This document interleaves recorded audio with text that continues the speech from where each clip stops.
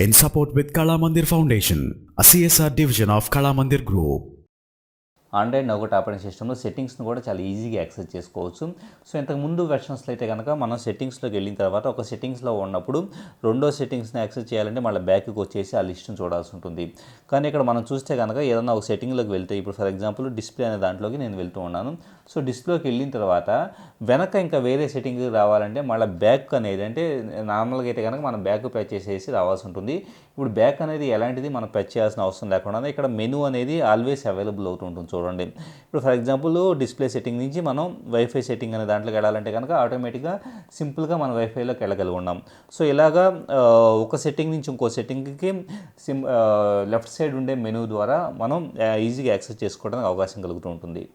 In support with Kala Mandir Foundation, a CSR division of Kala Mandir Group.